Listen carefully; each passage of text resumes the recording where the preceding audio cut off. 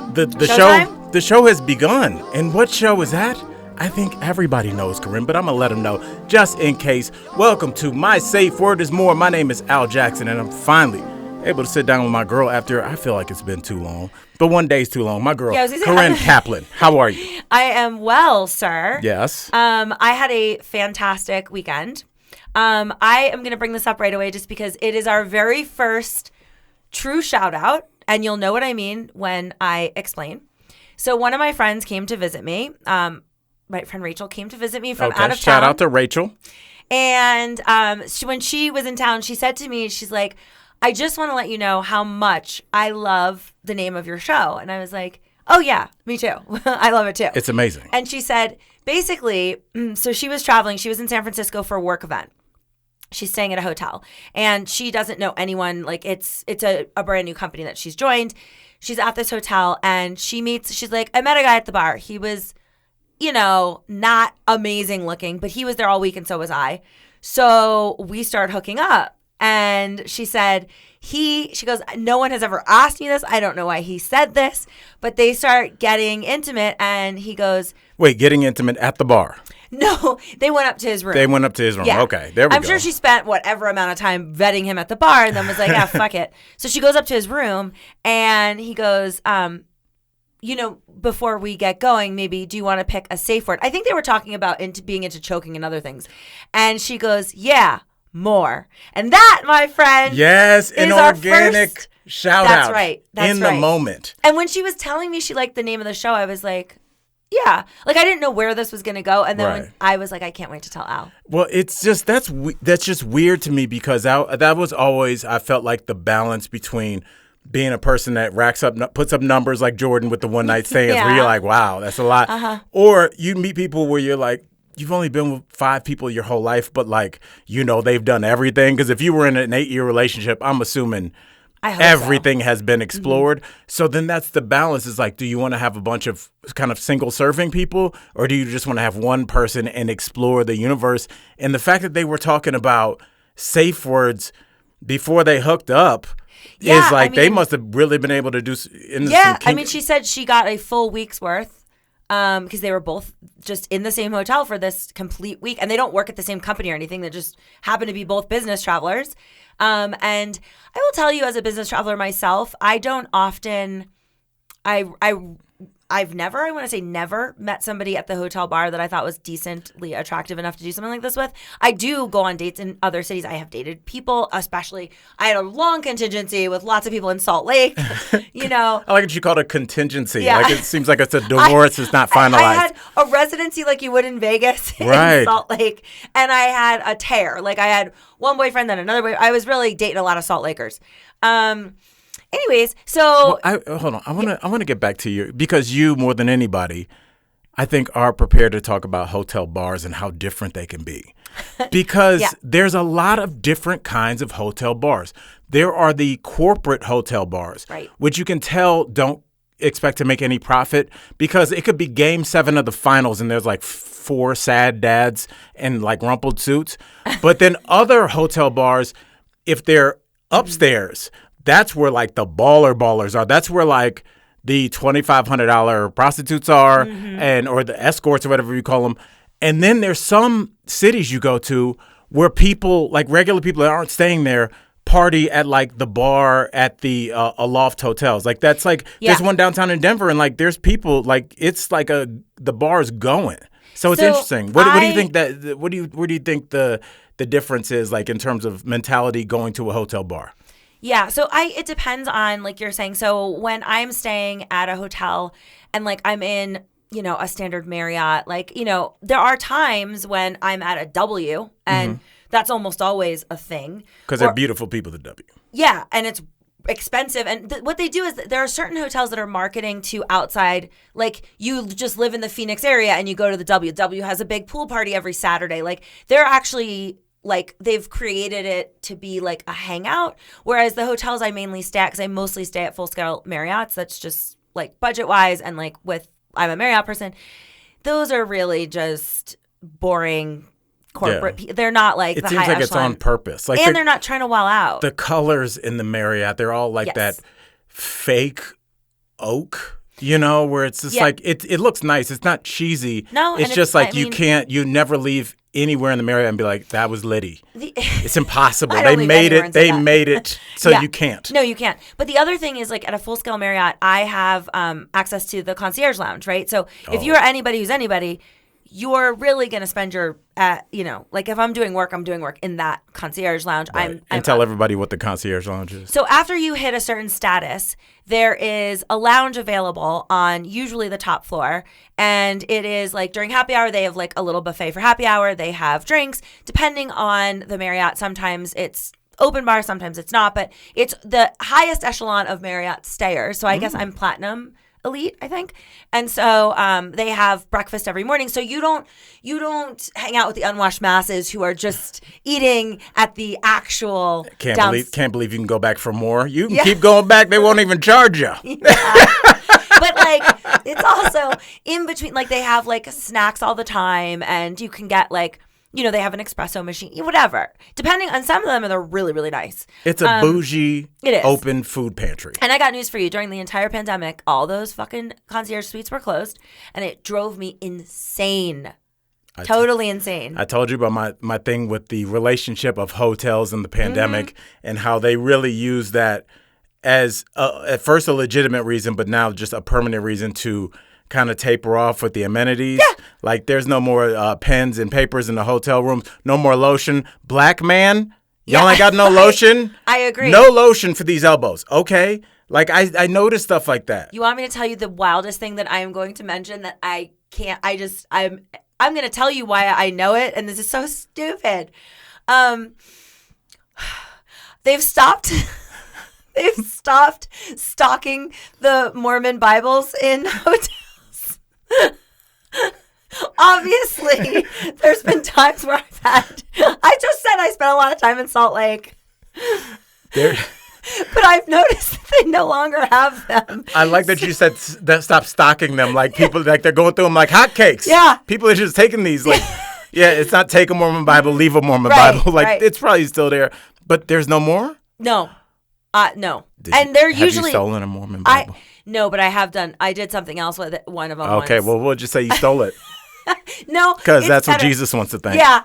Well, I mean, you guys, and I don't know. I know very little about religion, but Jews don't believe in hell, and we don't have any kind of repenting. So it's kind of like what a great deal. I know, right? Like, there's no fear. I mean, whatever. Okay, so this is what happened years ago, and this is a great trick if you don't know it, because I grew up in classy Florida. Mm-hmm. That sounds like the name of a real city outside of Disney. Classy Florida. It's near Kissimmee, but it's So, classy with a K, Florida. I was at a big party after a movie that premiered, and it was all the stars of the movie. My friend was dating one of them, so we went back to this big penthouse suite.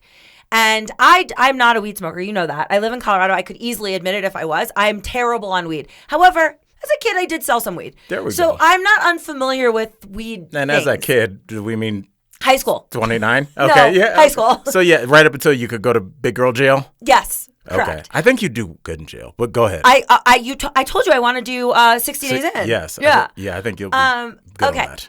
I've always felt like I'd thrive in jail. I'd thrive in any kind of cult-like setting, although I don't like other females very much. I want you to think about a word that you just threw out that nobody else I would almost say of the 8 billion people on the planet, nobody's ever really said that they would thrive in jail. Yeah. And you just said it.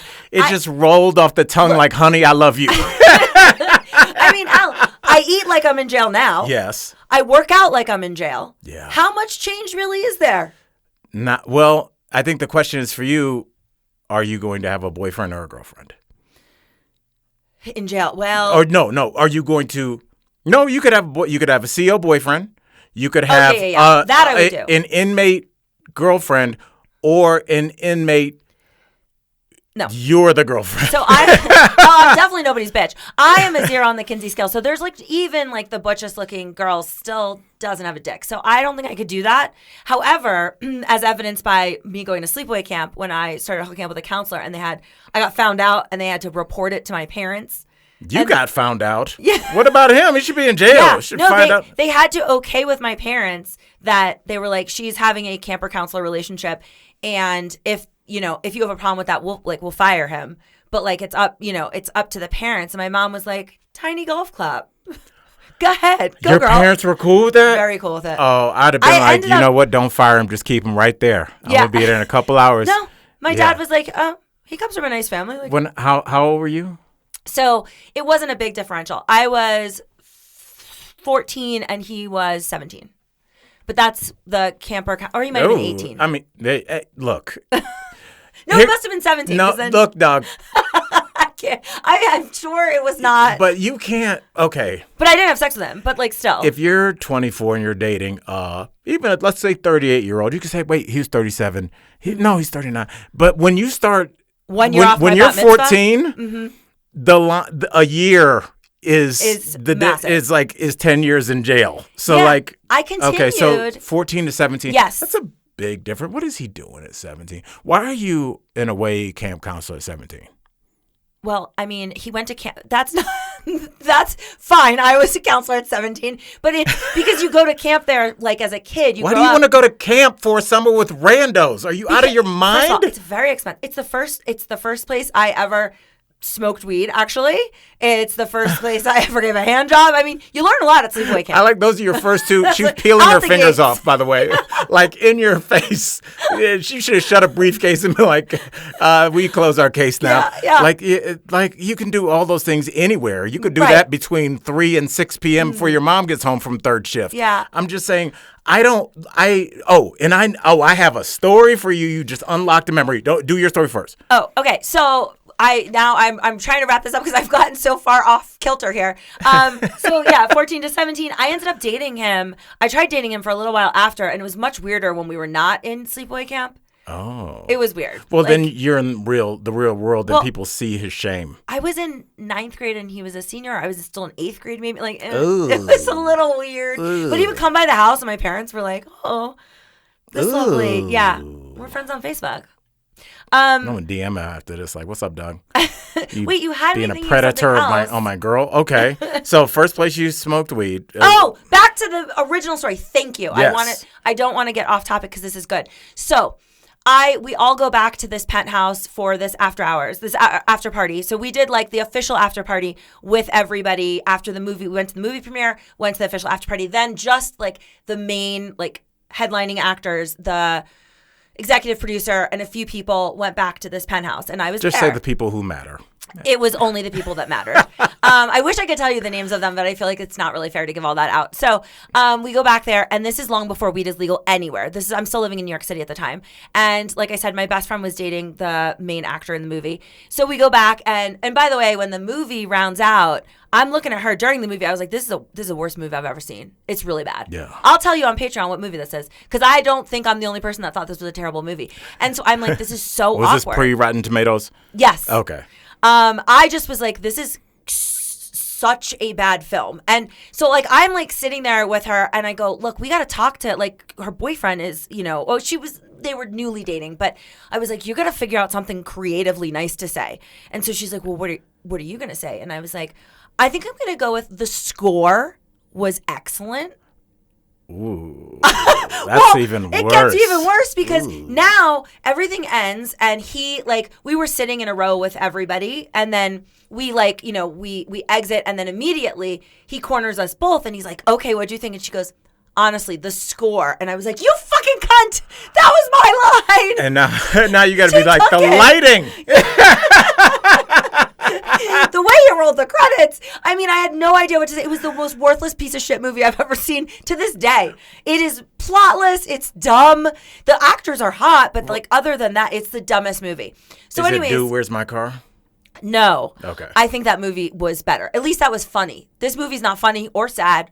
Nothing happens. It's stupid. It's a movie. I'll give you this much. It's a movie about basketball. Okay. Yeah.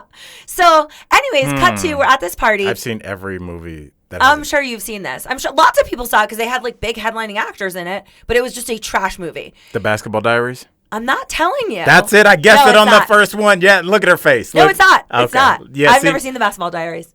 With Leo DiCaprio? Nope. Let me look at you. No, I swear it's not. I know this isn't good for podcasting, but I'm looking right in her eyes. It's not that. Okay, all right. Okay, so, all right.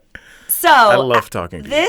Okay, so we go to this party, and we're at the party, and everyone is like drinking, hanging out, and it's like there's not a ton of people, but they have they've opened all the you know how those when you have a penthouse you can do that thing where you open all the doors, and so then it's like kind of like you're inside outside. I don't know what you know what I'm saying? The big sliding doors. Big, yeah. And we're like at a high rise in Manhattan. Oh, that's cool.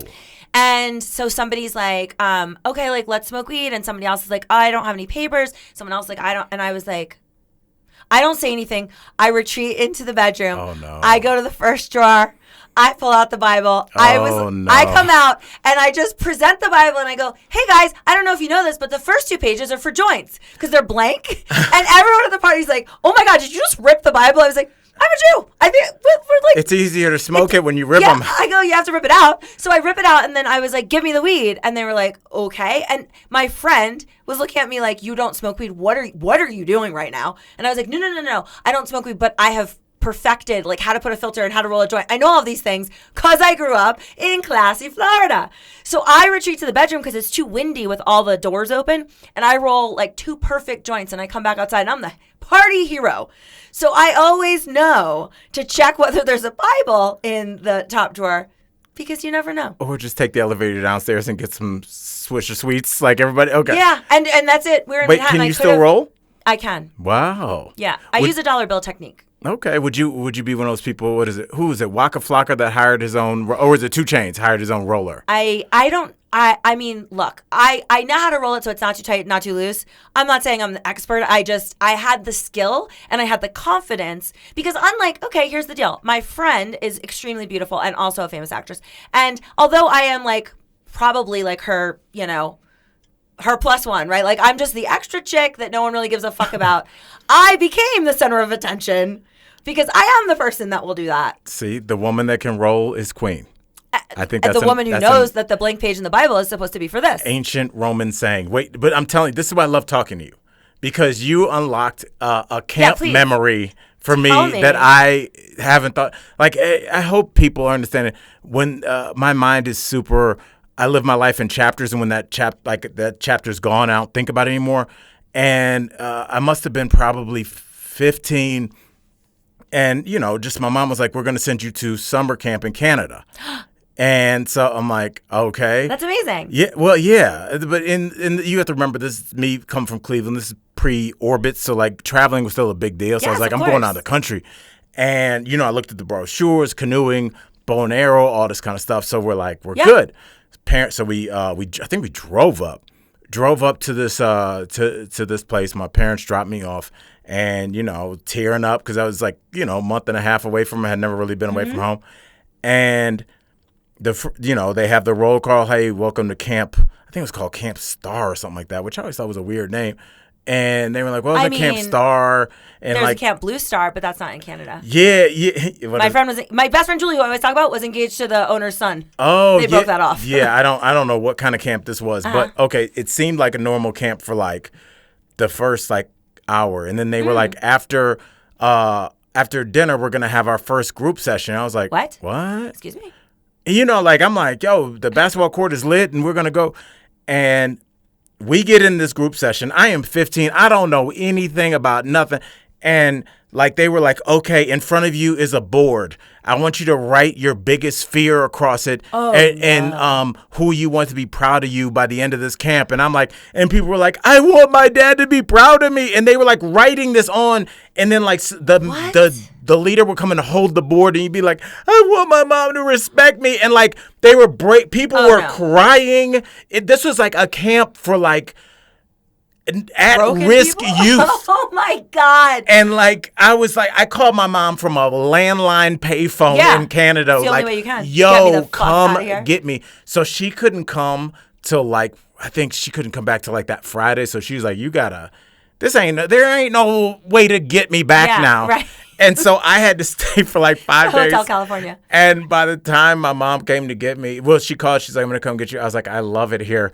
It was No like way. I acquiesced. The kids were cool. We did a little weird group stuff at the end of the night. Like ignored that part? Yeah, but like the basketball was cool. There was a cute girl that my first little summer crush I fell in love with. And it's just like I ended up staying. Wow. But yeah, my mom said, and I mess with her about that all the time, and she feels so bad. But I was like, yeah, you remember when that time you sent me to that youth prison camp? Well, here's a fun fact. I think my camp turns people into at-risk youth. Because it was anything goes. Well, your counselor turned you into one. Yeah, there we go. But they had like the weed that we got was we started to figure out that even though the camp is on like vast acreage and stuff, there is a fence that separates it from like general population that live in this county in Georgia. And one day someone was walking by, we were like, oh, it's like an outsider. And we were like, yo, do you have a way to get us weed? And we were 13. So he does. He Wait, passes who is this someone? Are they 18? Are they 58? It was a man. He was probably mid-20s. Okay. And like we were children. And I was like, we have money. We're at a rich sleepaway camp. Like whatever it costs, we got it. Let's just get some weed up in here. So he passes us a bag through the fence. It was like a 3-day ordeal. Like we told him, then we had to meet him, and then we missed that meeting. And then, we don't have nothing. So we're just like, caw. I was going to say, how did you reschedule with this rando? Did you fire a flare up? The person, so we put together the cash, and we didn't have the cash. The person who had the cash couldn't get out of their bunk to sneak out. So we had to meet and go, we will see you tomorrow with the cash. We don't have it right now. And he wasn't going to just give it to us. So the third night we get it through the fence. And then when we get it, we're like, oh, we don't have anything to smoke this with. And there are no Bibles at a Jewish sleepaway camp. So we use Tampax wrappers, which is chemically awful for you. Yeah, but it gets you But higher. it's thin. No, it's that thin. We got high. I don't know what the hell it was. I don't think that's probably really good. It wasn't. You guys couldn't find an apple or anything, or you weren't We didn't thinking? understand. We were too young. We didn't know how bongs worked. We just knew, we understood the concept of a joint, and we thought the thin paper that a Tampax is in is like approximately the correct consistency. And, that's what we smoked out of. The fastest burning joint of all, or did the chemicals slow it down? I don't know. It's like when people smoke embalming fluid. Yeah. Oh my God. So the weed I sold in high school was laced with embalming fluid. There we go. Yeah. That would explain some test scores. Yeah. I never smoked it. I thought, I don't like smoking, so it wasn't my thing. Yeah. And actually, so while now we're really off topic. Or on topic, at risk youth. Mm-hmm. I had a situation happen to me where I got into a little bit of trouble. And it's paper adjacent. It's related to recycling. And I just want to touch on this for a moment, because here's the situation. I'm just going to say it. I realize this is an unpopular opinion, right up there with the fact that I still wear fur. I don't recycle. Okay. I get that, you should recycle. I don't plan on having children, and it just is what it is. If there's a recycling bin, I'm not going to not throw my trash in it. But I personally do not have a separate recycling. Right. Okay. My complex does. I just feel like my kitchen is small. I got to have 2 trash cans. So, it is what it is. I'm sorry. Don't come for me. You're or come acting for like me. I don't the care. recycling can is like as big as your refrigerator. I know. So it's not going to... As okay. I'm saying that, I know my neighbor has his split in 2, it's 1 can with 2 sides. Whatever. I'm not doing it. I'm sorry, I'm not doing it. So, nevertheless, my dumpsters outside, so I live in a townhouse, and there's other townhouses, and we share these dumpsters, and we have 1 recycling, 1 regular. And I went to go throw my trash out, and I want to be clear, because I have now inspected the area, there are no cameras, okay, around this dumpster unit. And I actually had a problem because the cameras we do have for all the people who have Ring cameras, we can see people coming and going. There's this guy that lives across the street in a totally different place that keeps walking his trash and using our dumpster. Ooh, I called I'm Karen. I called the city. I wouldn't call on the crazy shit that goes on across the street, but you trying to use you illegal dumping in my dumpster that I paid for? Mm-mm. Right. Yeah. You should just hire a PI and just destroy his life. Right. Be like, yeah, you cheat just like you're cheating on your wife, huh, buddy? So my neighbor was like, loved you at the Marriott. But my neighbor said to me he had the recording because he's like one of the last apartments or the townhouses before you get to the dumpster. And he's like, this guy brings his once a day. He'll just bring 1 tiny bag. He throws, and I was like, he's either throwing out body parts or he's mentally ill, but whatever the fuck it is, I don't want it in my motherfucking dumpster. So I start petitioning. So I don't have an HOA. I have a party wall agreement. So I start petitioning the other townhome owners that we get a lock on the dumpster to avoid this guy who's throwing out like one napkin at a time. And everybody universally was like, hard pass. That's just annoying. I don't want to have to do like a combination lock every time I dump something. Like, no. Like, just let him, like, nobody else cares. Why do you care so much? I'm like, I care deeply that this guy's using our dumpster. Something is wrong. He has his own garbage. Why isn't he using his garbage? He actually has a house, and I can see his garbage can. He's got a garbage can. He doesn't use it. So what, I ask you, what is he throwing out? Because he looks down on you guys. He's like, oh, these the trash goes people. With the trash. Yeah, this is my home. Yeah, meanwhile, don't get me started on, we live in brand new homes. There are, homes that have not, it's a newly gentrified area. Mm-hmm. So anyways, this is not making me sound any better. Going back to my original problem. Well, you kicked it off with smoking Bible paper. Yes. So, I mean, and buying. It's a low bar. Before dating the possible predator. Yeah, so we've hit all the bars. So I think right now is just fair game for anything. So I go to throw out my garbage, and one of the dumpsters has a yellow top, and that's the one for recycling, and the other one is a black top. That's the normal one. Obviously, all my trash goes in the black top. But these asshole dumpster garbage men put them too close together. And the top to the black one was being blocked by the lid from the recycling. So I couldn't open the normal one. So without thinking, I was just like, well, I guess the regular trash is going in the recycling bin. Now, I didn't know. Because you're about inclusion. Right. Well, I was just like, honestly, in the back of my mind, I don't think recycling actually goes to any kind of recycling. Like, it really is kind of nonsensical that if you left one wrong thing in the like, come on. We're not really recycling, are we? I don't think we are. I just don't think we are. I don't think we are. I never buy when they go, these jeans are made from recycled plastics. I'm like, no, they're not. I just don't buy it. I don't really think anything's happening. I think people just need to feel good about themselves. I think that this all goes to the same place.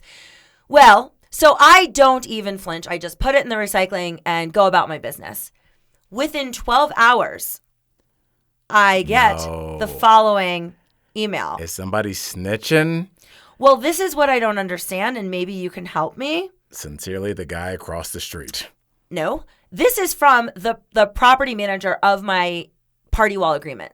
Now, who reported it to her, I don't know. But there's no cameras. There's no visibility here. Now, when I read this, I think it must be to everyone. Because now everyone is, so I'll tell you what she says. The title is Dumpsters. And then the body. Sounds like the name of a Taylor Swift song or a Drake album. Yeah. Or like the photo album in my phone of all my exes. Oh, yeah. Mm-hmm. So she says, just an FYI that we received a notice from Waste Management that they have charged an extra fee for contamination of the recycling dumpster. Please make sure that all items placed in the recycling dumpster are clean and recyclable. Thank you, Jane. And I'm like, so first I'm like, oh, they must have sent it to everyone. How the fuck would they know it was me? No, it was just sent to me.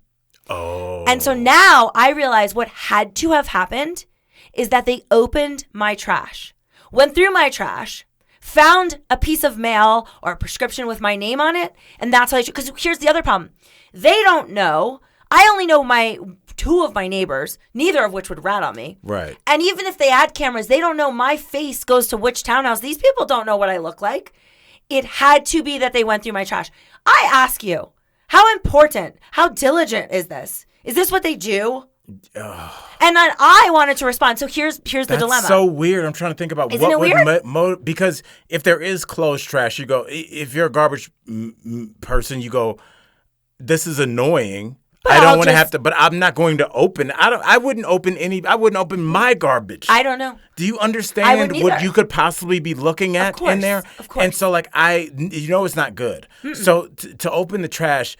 Dig through it. I don't think you had a letter placed on top of it gently, like it's next to some milk and cookies. So yeah, it's at the bottom, and to find a little piece of mail is first of all very stalkerish because now somebody definitely knows your unit number, definitely knows where you stay, and knows how to contact the person that's interested. So now everybody's business is on blast. I don't like this one bit. Continue. So I was like, how do I respond? So originally, I wrote a fiery I was like, For the record, you can take that charge right the fuck off because they put the dumpsters too close. I hope you're a little bit more succinct in your opening. The dumpsters are too close together. Siri, scream to text. Yeah. Okay, go ahead. And then after I concocted this email about how it's their fault because I couldn't open the regular dumpster because these morons dropped them off. They're huge. I could not move one, and it was blocking the lid. I couldn't open the real one. But then I thought, no, I'm not going to own this crime. I want you to tell me. I want to respond with, how do you know it was me? I want you to have to tell me someone went through my fucking trash. Yeah. By the way, that's what all innocent people say. How do you know it was me? Prove it.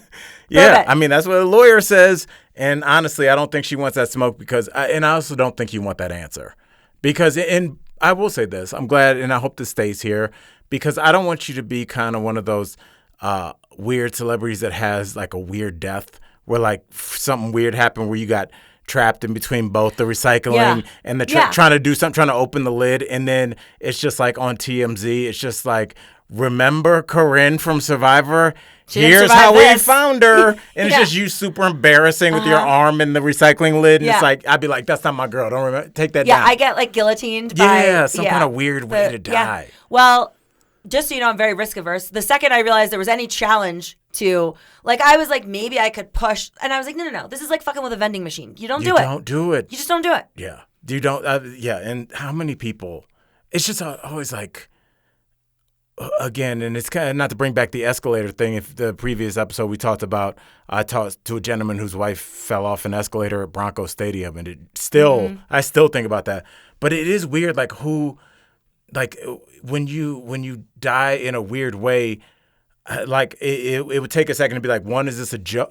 Okay, somebody just told me my friend died. Okay, so that hits you. And then the second thing is, wait, what? And then it goes, is this a joke? And then you have to read them for this is not a joke. And then you go, it's not just your dad dropped dead of a heart attack. Oh no, it's like 4 layers but it of was like during he got hit he got killed at Topgolf. Yeah. You know, like you have to like have these weird things when you die in a weird way. So like, don't put that pressure on your family and try and die normally on a mattress at age 99. Yeah, that's the plan. Real quick, I have a wild story of the apartment complex I lived in Manhattan. It's called the Manhattan Promenade. Don't care. Google it. You'll find the story. I would watch it at your own risk. The Manhattan Promenade, for the entire time I lived there, it's probably, I don't remember, maybe like 25, 30 stories. I was on like maybe 11th floor. I was high enough up that there's no way I'm taking the stairs. And the elevators were always fucked. Like one of them wasn't working. And so it would take forever. If you needed to get out in the morning, it's stopping on every floor. And when it stops at your floor, it's totally full. And I was always like, I hate this. So actually in my Marriott profile, it says I prefer the lowest floor because I don't care about the view. I'm not looking out the window. Just, I can't with the elevator nonsense. And I just like was trained to hate this elevator. All right, years go by. I'm living in, actually this happened, I was already in Denver. So I was many, many years later.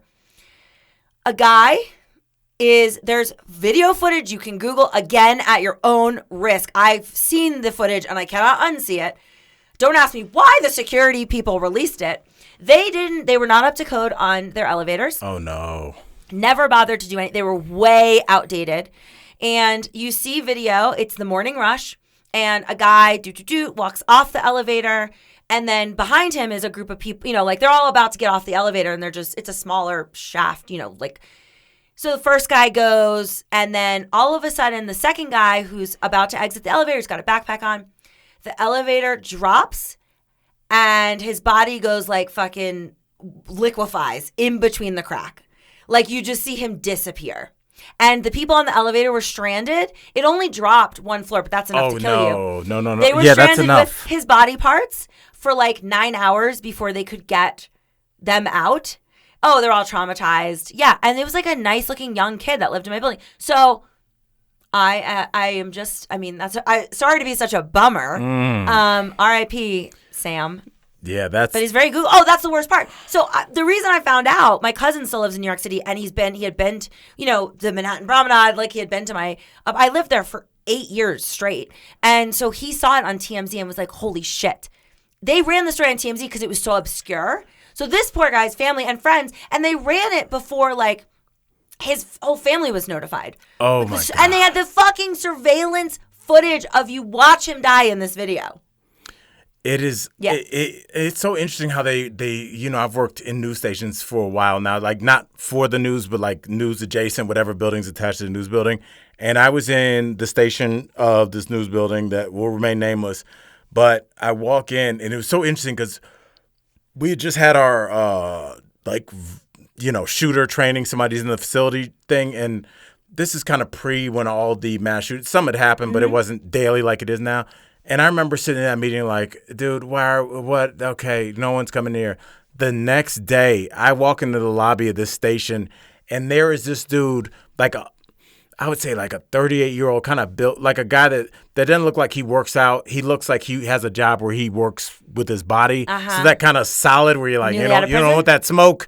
It was just like the kind of guy that like lays asphalt and then has to use a jackhammer, like that kind of body, like real functional muscle. And he was nose to nose with a security guard that didn't want anything to do with this guy. He was screaming in his face, "My dad was not a homeless person." And I guess what the issue was like the news reported that two homeless men had been in a fight and one had killed the other. Oh, and he didn't want to be mislabeled. Yeah, his dad was just a guy that got killed by a homeless guy. And they were like, not only did your dad get killed, they're calling your dad homeless. Like his dad probably worked since he was 12. But it's like these little things when you report people's deaths, like you cannot like just release, maybe I'm sure there's more decorum. I'm sure there's been some serious lawsuits now. So things are different. Speaking of weirdos, I wanted to get your opinion. So this weekend, my friend Rachel and I, we went to Grizzly Rose, my very favorite country bar, and she met a guy while we were there. And we meet guys all the time because it's a very, I always tell people if you're in the Denver area and like when I came here and I didn't know anyone, they're really engaging because they want to ask you to two-step. So it's different than a normal bar because guys will come up to you all the time and be like, "Hey, do you want to dance?" And that's like a normal thing. You can dance with them. You could decide you don't like them. You can dance with them and tell them you have a boyfriend. But everyone's trying to get to know everyone. That's just like real the nature 1954 in there. I don't know the last time I asked a woman to dance. My lady. It's a little bit challenging when you're as bad of a dancer as she and I are because I just don't want. It's like, it's frustrating. I'm not very good at it. So like, I'd rather just stand here and drink with her. But that's like the culture. If you're standing anywhere near the dance floor, that's constant. It's just people are going to keep Do you have cowboy boots on during this? Oh, yeah, of course. Okay. Of course. Yes. I was wearing a full head-to-toe jean romper. Like, it looked like Charlie's Angels, sort of. I'll put a picture on Instagram. Casting for season 2 of Farmer Wants Wife. Yeah. Yes. You should do that. You would hate it out there, but... I downloaded the app, Farmers Only. Okay. And there was like nobody on there. They have like 14 people in America on that app. It's they need to try a lot harder. Yeah, well, the farming industry's been devastated. I guess so. Yes, so it has. That's one standard. Okay, so she gets asked to dance by this guy. So when she goes to dance, I hold her drink. She's dancing. I'm standing there and I take video of her and stuff. And then she comes back. And one of my biggest pet peeves, is if you want to talk to me and you want to hang out with me, that's fine. But like my drink's getting low. You're gonna let me go to the bar and buy my own drink? Then you didn't buy the time to talk to me. That's big facts. You just said it, but that's kind of like what a drink is. It's like, can I buy you a drink and talk to you until the end of this drink? Listen, I call on medical clinics for a living, and oftentimes I have to buy them lunch because I'm buying that time. I am taking away from you your time to have lunch, and therefore, I'm going to provide lunch. So, all right. So he's drinking bottled water, which is so loserish, by the way. Like, ugh. As I say this to the guy that only drinks water. I'm glad I could overcome my drinking problem to be mocked. It's like, the first time out, I just wonder if I can still hang out and be sober. No. Look at this pussy. My thing is, I guess I don't understand. Like, do you really need to hydrate that badly? Like, just don't hold. It's fine. I wouldn't think anything if you're not holding a drink. But when you're going to the bar, like he kept going to the bar and just getting himself. You need something in your hand, Corinne, because you can't be like stupid. if you walked into the Grizzly Rose and you just saw me there with my hands in my pockets, you'd be like, oh, that's the guy I want to two-step with. If my hands are just draped to my sides, blow in your pocket. Yeah, there's something going on. Pick left or right. Yeah. Look, no, you gotta. I think that's kind of party etiquette. There's something weird about the symbolism of having something in your hand that looks like we are all openly acknowledging we are celebrating and relaxing and taking it down with an alcoholic beverage. So when you don't have that, you kind of look like a low-level cop of the party. I would rather see you just get the solo cup, but you got Diet Coke and there's no alcohol in it. It's just weird that he just kept going for these bottled waters, but he wasn't buying any of her drinks. And I was like, I don't like this. No. And then By the way, you're like, I want a classy guy that has a red solo cup with diet soda in it. Yeah, but like, you should still, even if you're drinking water, like, why is he not buying any drinks? So, all right. So she's at the bar with him and she's kicking it. And I said to her, I was like, so then we part ways with him for a little bit. We go like do a lap, see what else, what other talent there is. He goes to take his 14th piss of the night. Right, exactly. Yeah, he's getting that kidney stone out. Yeah, he's paying his money to the attendant in there. I spent $48 a night. Yeah. So I can't believe I opened with, I hate losers that drink water. The people you hate, those people, unfun people. Okay, so we walk around, whatever, and I say to her, I can see him now. Like, I can see him from where we're standing, and he's just kind of at the bar with his fucking water, just standing there, just standing there. And I go, does he not have any friends? Did he come here by himself? Oh. And so I said, he's got a weird alone guy thing happening. And she's like, no, I mean, I think he just likes the music. And look, when I moved here and I didn't know anyone, I had to go places by myself, but I would immediately make friends. Like, I'm talking to somebody. I'm not just standing there like stalkery. That's super weird. I thought so. So she goes back over there to talk to him some more. And then I end up, there's this guy that like I have been obsessed with. This is now a year. Every time I have seen him, he had a girlfriend for a long time. Then they broke up and I was like, now's my chance. We made out. And then he was like, yeah, it seems like you're really just looking for a one night stand. I'm like, I'm not. That's not me at all. And he's like, well, that's the vibe I'm getting. I'm like, well, what can I do differently? He's like, I just came at him way too thirsty. Right. So I see him at the bar. And I purposely, at this point, I'm like, I've wasted enough sweat equity on this. Like, I get it. You're not interested. And he's like, hey, how are you? And I was like, I'm great. And he's like, can I buy you a drink? And I was like, immediately, like, this is why I like this guy. Because he didn't have to do that. Like, First of all, I had a drink. And he's like, no, let's take a shot. And so he orders. What a classic guy. Yeah. It gets so much worse. He comes up with a bottle of 151, sits it on the table. It's so much worse because the shot we got was one of those cups with a little shot in it, and you take it all at once. It's a Jaeger bomb. And I was like, I don't turn down alcohol because there's kids in Haiti that can't get drunk. I always accept drinks, but I really did not like having to accept this drink. But that's what he ordered. How old is he? Oh, he's a child. He's probably 26. Okay, that makes sense. Yeah. Anyways, but he's a scientist, which I love. And he's got beautiful lashes. I'm a scientist. Yeah, my degree's in biology. You. I know. I like that about you. I know. I mean, like he works. He's developing like next gen sequencing technology, and he's like 26. I'm kind of doing that. Yeah. Sure. We're developing how to get our merch made, and you're barely got T-shirts done. So I'm like kicking with him. Now, first and foremost, when I'm talking to him, I notice immediately, this is like, a year I have been seeing this guy. So I know what he generally looks like, what his hair looks like, what he looks like. He looked sort of unkempt. And when I like he leaned in and he's like, so what's been going on with you? And then immediately he's like, are you still single? And I took a whiff of him and he smelled like he had been drinking for many days, possibly had thrown up. Like, oh no. I was like, look, I like this guy enough that I didn't care, but I immediately took note that this guy is on a fucking bender. Like, his hair was all messy. He didn't look quite right. He didn't look like what I normally see him looking like. And I was like, I don't know how you would smell. He smelled like someone who'd been drinking for 3 days. Like, I was gonna say, what day was this? I don't know because he wasn't transparent. But he. No, I mean, what time and day were you? This was Friday. I'm sorry, Saturday night.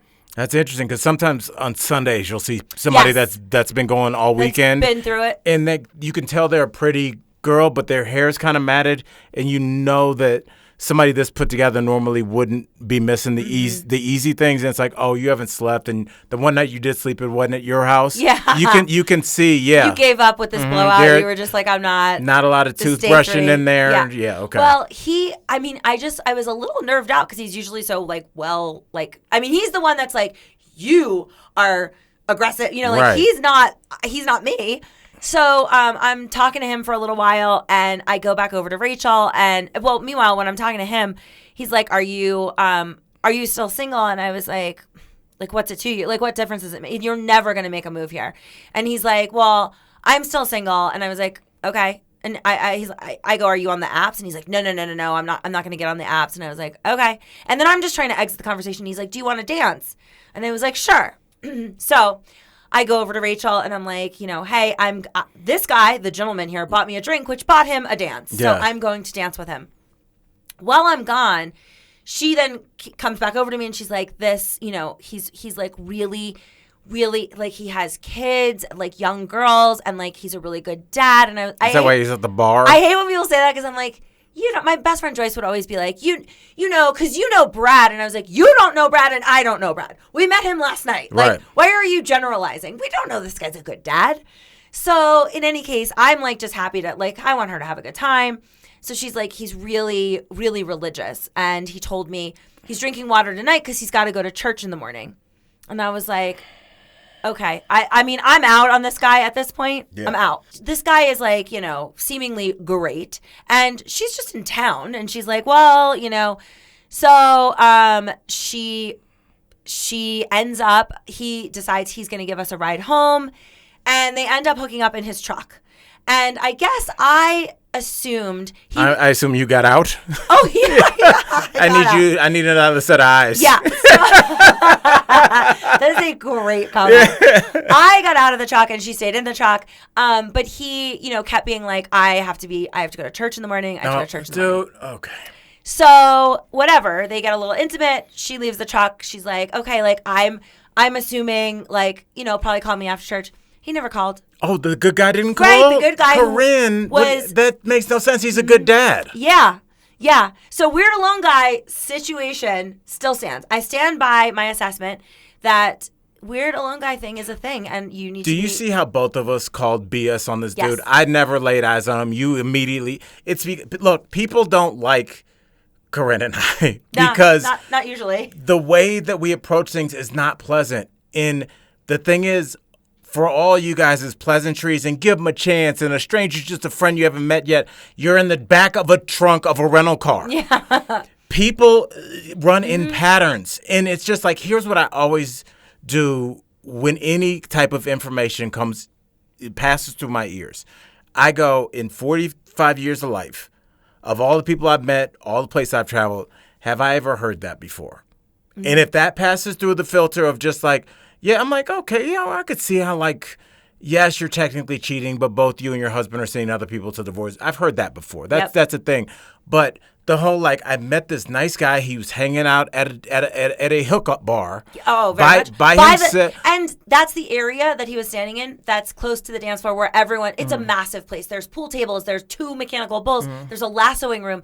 If you're standing by the dance floor, you're on a hunt. Yeah, exactly. You're standing by the dance floor with the 1980s kids rom-com. Oh, gee shucks, I wish the quarterback would ask me to dance next to the punch bowl thing. Dude, you're a cornball. Yes. Good dads don't say that they're good dads. People tell me I'm a good dad all the time. I'm like, stop.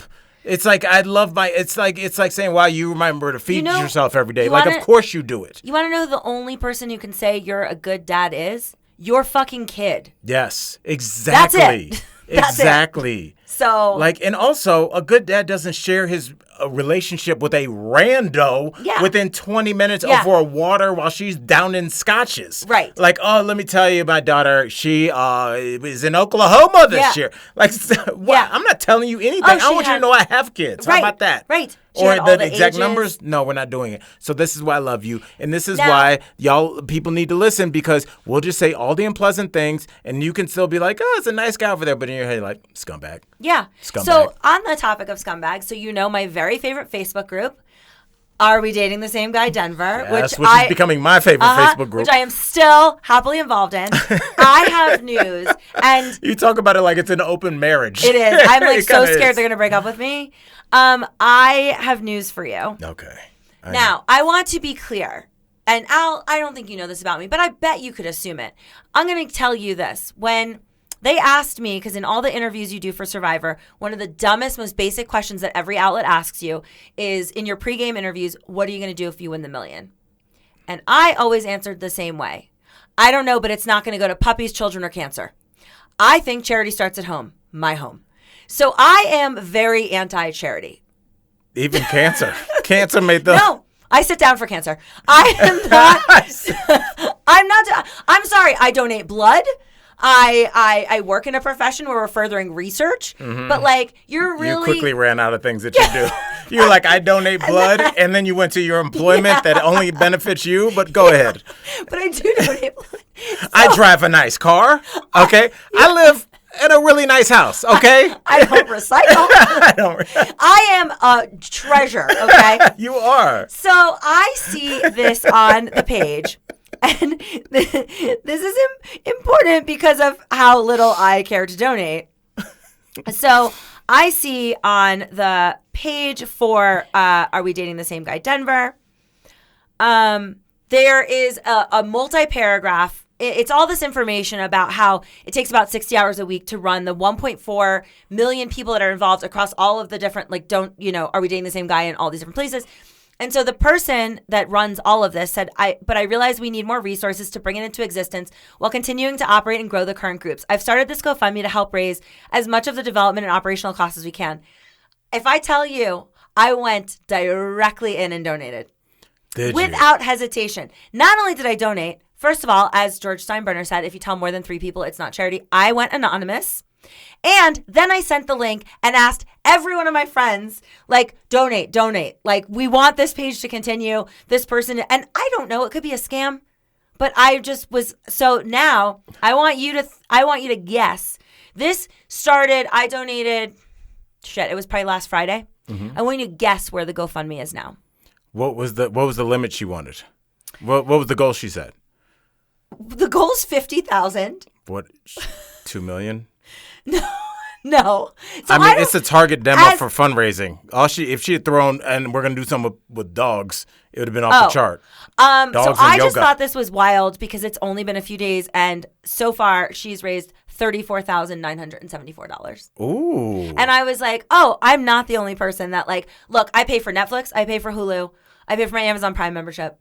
I will pay for this entertainment. You can make the argument I should pay too because the enjoyment that I've gotten out of it, and the podcast fodder, I feel like I owe.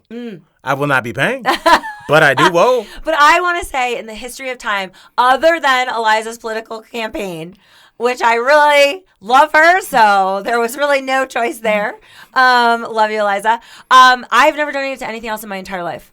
Wow. Yeah, and I think that's a real pride point. But also the fact that was the first please donate that you're like, look, guys, you've known me for 20 years, and I've never asked you, but this family's house burned down. And like, you're like, no, don't mess up my man horde chat room that I'm into, which you guys are all secretly getting sexually titillated from. You are. You are. I mean, I would be so embarrassed if anyone knew how many times a day it's the number one thing I check. I hate Twitter. I check Instagram for our page, but like for my own page, I'm not voyeuristic with Instagram either. I am on this dating page. That's all I do. Yeah. That's what I do. This what you really like. This is your politics. This is. You like it. You like to get in it and stir up. And you like it a little bit messy and just to see who's doing what. And this is.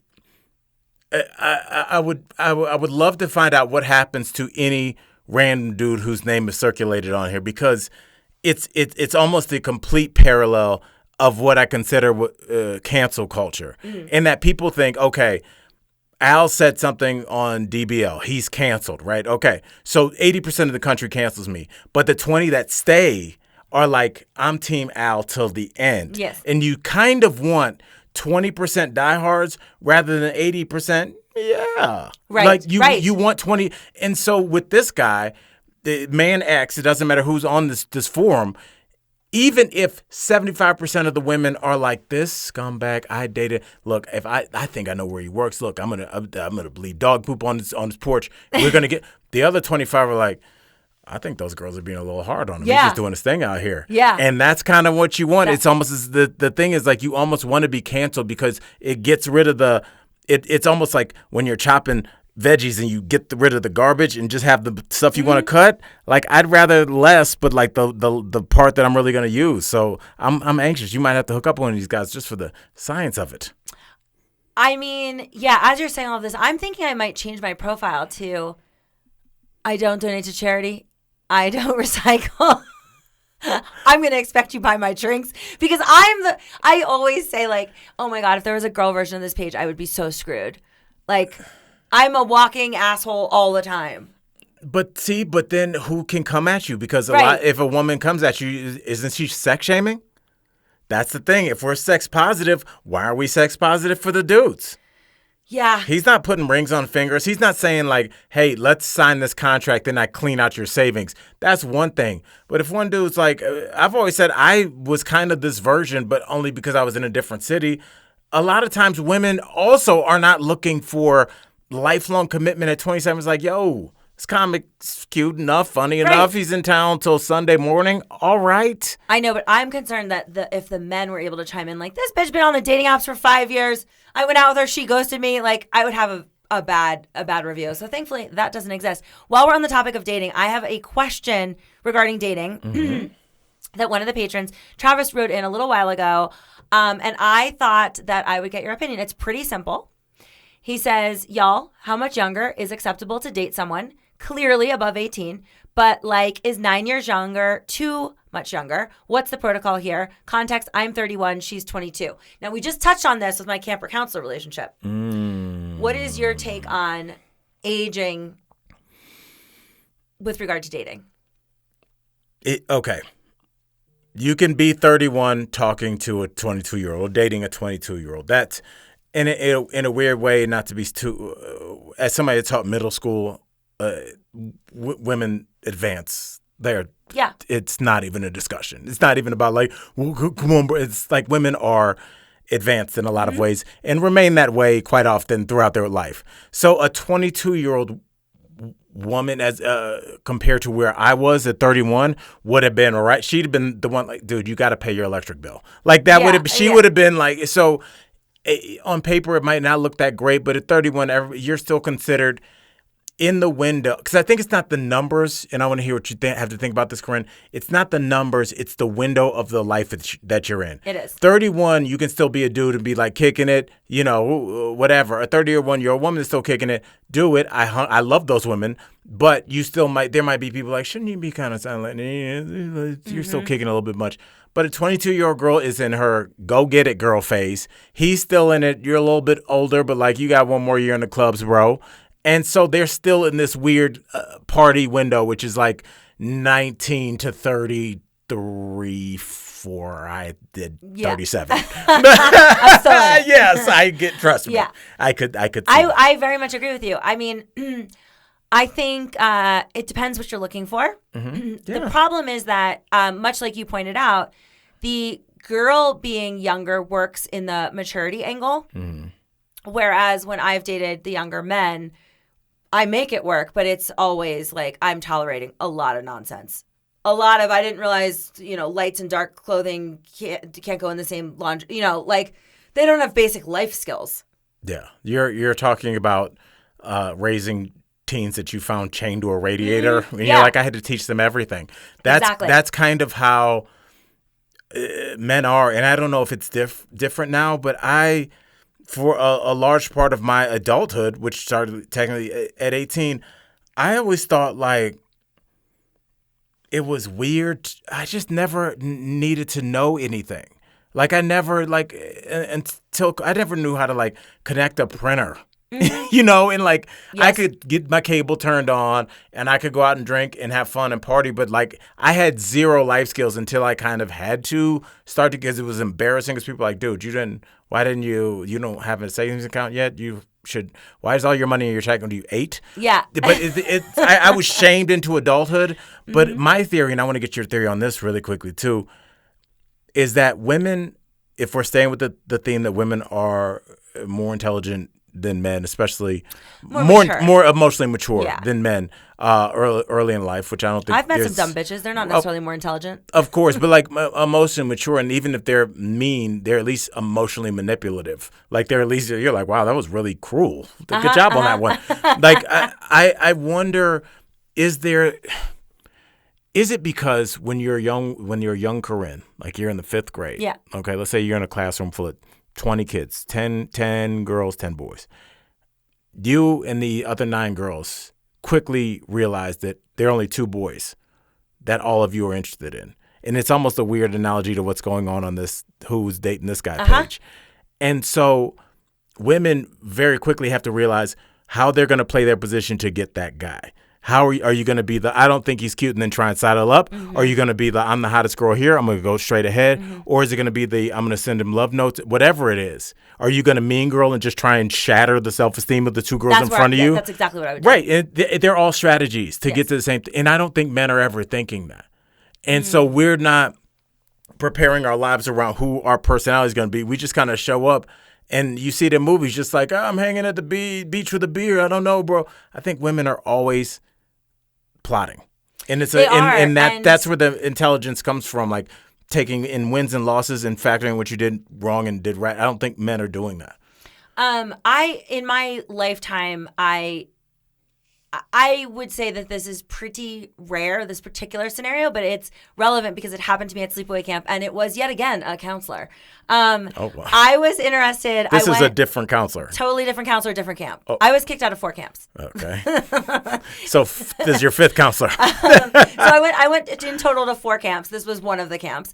And he was a counselor, and I was interested in him. And I went to this particular camp I went to over the summer. I had been, at that point, I had been thrown out of whatever the other camp was. And so I went to, my cousins go to a camp in New York, so I go to this camp with my cousins in New York. And I didn't know anyone at the camp other than my cousins, but that's fine. My cousins, 2 of them are older, 1 of them's younger, but they're cool as shit, and they like ran shit at this camp. They'd been going there for like 15 years, which, by the way, you shouldn't be okay. Corinne will ruin your reputation anywhere. Like, I'll take the Kaplan name and I'll destroy it. So now, how old are you when this is happening? Good question. So I was in between. I was 15. Okay. Older. But my cousins, both my older cousins, were counselors. And so, like, I was kind of like, that's, what got me in the counselor world. So there was this really hot guy who was the head, he was the soccer coach counselor guy. I mean, he's a counselor of a bunk, but he also did soccer. That was his big thing. And so I didn't know anyone at camp. So I go in and, I'm doing my best. I mean, I don't, in my defense, I really don't give a shit about making girlfriends. Like, I was there to party. I was there to get the hot counselor. Like, so I start, I'm making friends, but I kind of think half the, in any case, in any situation, if you're stuck in a bunk and the bunk has, let's say there are 15 girls total in the bunk. Okay, you got to say at least 70% of them are actually losers. You have to be nice to them because you're sharing a shower. You're doing bedtime story, you're hanging out, you're all together and you're doing activities together. But like in reality, in the microcosm, it's like jail, right? Right. I mean, there's not going to be that many cool people that you're housed with. It's just the way it is. Way to circle back to jail. There we go. Thank you. Okay. Again, I think I'd be good at jail. So I kind of took, which is not great. I take the mentality of, I always say, like, it's not that I think I'm better than you. It's I'm just better than you. And so that's not great. It's not great when you're a kid, especially, and you're trying to make new friends. So I just kind of went into it. Isn't that what the self-esteem movement is secretly about? Yes, it is. Yeah. But like you guys, I think everyone nowadays is trying to fake that they have high self-esteem. I wasn't faking. I was trying to fake like I didn't. I was like, oh my God, that outfit looks cute. Like, I was like in my head. You were like, do I look fat in this? Go along with the game. Yeah. Yeah, exactly. Yeah. I mean, it was hard. It was hard for me. Like, I have curly hair, but I use a diffuser, and they'd be like, your hair is so pretty. I'm like, yes, I know. Like, it's hard for me. I had to like physically be like, oh my God, thank you. Like I can't. It's so whatever. Is this how ugly people say it? Yeah. I'm looking for notes and feedback. You won't hurt my feelings. So I am like trying to hit on this particular counselor. And this counselor, in the beginning, like right when I get to camp, I realized, like, first of all, I thought I had it in the bag anyway. But like he offers to give me like private coaching lessons. And he's like in his off periods when he's not coaching and he's not like doing, you get like, he in the downtime he had, he'd be like, hey, come to the field and I'll teach you. I want to be very clear. I've never played a sport in my life. I definitely don't give a fuck about soccer. Right. I was just trying to hit on him. And he was fucking putting down when I was throwing, Of course. He private coaching. Yeah. You found out that's a nickname for his dick. Yeah. I mean, by the way, private coaching me for what? Right. I'm not even, like, what am I? I'm not on a team. I'm not soccer phenom at 15 that's never played before. Right. And so most of the coaching, because I'm obviously trash, most of it is like I kick the ball once and then I'm like, so tell me about. I think I need to go to the training room. Yeah. Okay, the one upstairs. It's abandoned. So I didn't make a move. This is like week 1 of camp and I'm brand new there. And I'm like, the only people I confided in originally, I just told my older cousins. I was like, yo, so I'm kind of feeling Justin, the soccer guy. And they were like, all right, get it. Well, the bunk that I'm in, the girls they're all kikiing and they noticed that I was missing at some activities and somebody figured out it was because I was hanging out with Justin at the soccer field. Mm-hmm. So a couple of the girls sit me down like in the evening after dinner one night and they're like, listen, so, you're new here and like we're sisterhood, like we're your friends and we just want to let you know because it would be embarrassing and if I would want someone to tell me this. They were like, so Justin thinks like they're really annoying and like he doesn't know how to tell you no and I just like for your own good like just stop asking to hang out with him, like it's embarrassing and like it's your cousins are counselors. Are they reverse gaslighting you? Correct. So they were like, your cousins are counselors here, which is why he's like not gonna say no, but like he's not into it. So just like read the room, like just leave him alone. And I was like, oh. And I really was like, okay, like they were mean girling me, but I didn't understand. I did think like, oh, thank you. Like I'll rebound. It's fine. I'll move on to it's a big camp. I'll find somebody else. There's other counselors. Right. Like, okay. And the owner. Look, I took his dad. I took the note. Fine. So the summer goes on and I end up like meeting a different, other people. And this guy, Justin, keeps asking me to hang out. And I'm like, nah, I'm good. Like, I'm not your fucking charity work. Like, this isn't Make-A-Wish. I'm good. Like, I was mean to him the rest of the summer. The summer ends and one of my cousins runs into him at a party because they're the same age. And he's like, man, I loved your cousin. Like, I don't know what I did wrong. I was obsessed with her. Like, I would have given anything for a shot with her. And my cousin's like, oh, fuck. Yeah. Turns out they mean girled me. So I say to anyone listening here, don't let people do that to you. Like, I'm embarrassed. That's the only time in my life that has ever happened. Yeah. And it was a lesson I learned at 15. And you got to learn it. And that's a good time to learn it and not let it go away with like, that's just one set of people and I'm not going to let them color the rest of the world for me. I get that. But again, when I was as that story was being told as it filtered through my brain, I'm like, my first thought would be like, why are these randos telling me this? And if there's no reason for somebody to be telling you something, because people are selfish, if it was like they were doing something that would ultimately benefit themselves, mm-hmm. or like, yo, if you don't go after him, we'll be able to move to a way nicer bunk.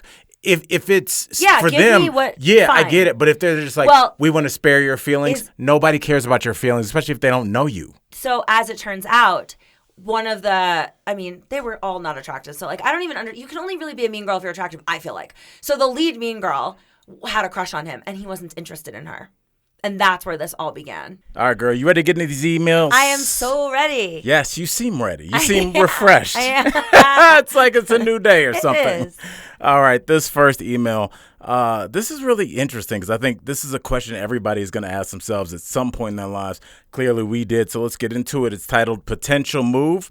It's from our homie, we'll call you B. It says, hey, Corinne and Al. First, love the podcast. Been a big fan since Survivor Gabon. Then the original podcast. I am a member of the original Patreon group. OG. Little flex right there. All right. And I'm loving Al as the new addition to the crew. Much love. So, quick question. I'm approaching old age, a.k.a. turning 30 in a few months. Do you take that as a slap in the face? No, because I still maintain that I'm 27. But so why would that affect you? I want to say, just real quick, when I was turning 30, I was like having like a little bit of a meltdown myself. And at the time I was dating a married doctor. And you were #adulting before it was a phrase. I mean, technically, if that kept going, he had 3 kids I was planning on never meeting. But I did feel like at 30 that I had like, he was well off. I had a good job and I was living, at that time I was in LA and he was in New York. We met up for my 30th birthday and I thought I like had it made. And I was like, okay, like this is 30, but like I'm doing it. And then, my life blew up like a month after that. Okay. Anything to do with him or just another side explosion? Well, so he tried to break up with me, like pretty much on my birthday. He was like, if you're going to keep living in LA, I'm not going to get licensed there. And like, it wasn't a great conversation. And then I'll just go ahead and say it. I decided, because we weren't exclusive, right? He was married to his wife.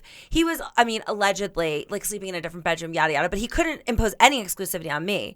And so I went to the Playboy Mansion, as one does. Yes. And it's the first thing you do. I told him, I claimed that you're not allowed to use your cell phone in the mansion. It's 100% not true. And at the time, nobody had cell phone cameras. I had an ELF camera that I was taking pictures with. An ELF camera? ELF. Do you remember those? ELPH. They were, the digital cameras. Like, you had to bring that in addition to your phone. Okay. So I was at the Playboy Mansion, and I ended up, it's very Googleable, so I don't really give a shit. I ended up hooking up with Bodie Miller, who's an Olympic skier. And then Page Six reported it. And then my boyfriend, who was already kind of out on me, was like, and we're done. What is that exactly what he said? He was like, you told me that you couldn't call me from inside the Playboy Man. Like, because once I got to the party, I was like, oh, get to the party, fucking phones off. Right.